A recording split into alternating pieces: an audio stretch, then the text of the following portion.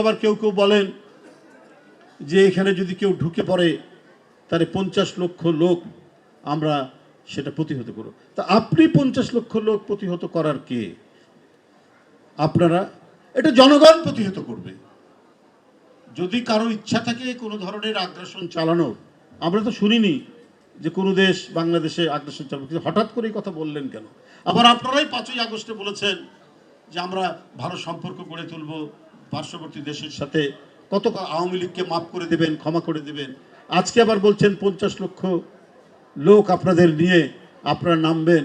এটা ভাই আপনারা তো আমার মনে হয় যে সব সময়ের জন্য আপনাদের কথা এবং কাজের মধ্যে মিল নেই, একেবারেই কথা এবং কাজের মধ্যে মিল নেই।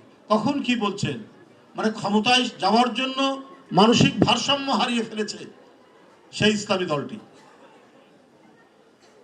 একেবারে ভারসাম্য হারিয়ে ফেলেছেন। উনারা আগে লিখতেন জামাতে ইসলামী বাংলাদেশ, আগে জামাতে ইসলাম তারপরে বাংলাদেশ।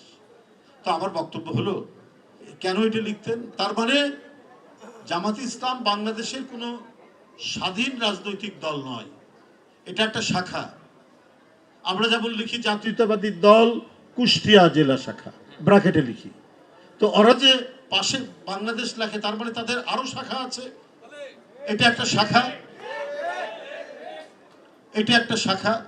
যখন 111-এর সরকার ধমক দিল, ইয়ে দিল, তখন তারা পরিবর্তন করলে, তখন লিখেন বাংলাদেশ জামাত ইসলাম। এই যে রূপ পরিবর্তন, এই রূপ পরিবর্তন কিন্তু মানে মানুষ ভালো মতো নেয় না। তারপরে ওনাদের লোগো, তাদের পতাকার লোগো 2016 সালে পরিবর্তন করেছেন, আবার এখন এই 2-1 দিনের মধ্যে আবার পরিবর্তন করছেন। আমাদের পতাকা শহীদ রাষ্ট্রপতি জিয়াউর রহমান দলীয় পতাকা যা করে গেছেন এখনো তাই আছে, আমাদের দলের নাম তাই আছে।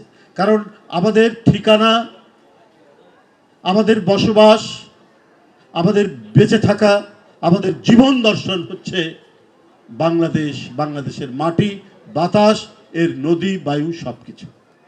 আমরা মাঝে মাঝে কখনোই ভোল পাল্টাই না। তাই সেই দলের সাধারণ সম্পাদক মহাসচিব যে কথাটি বলেছেন জামাতে ইসলামের যে 50 লক্ষ, এইটা আমার কাছে কেন জানি মনে হয়েছে এক ধরনের প্রতারণাপূর্ণ কথাবার্তা।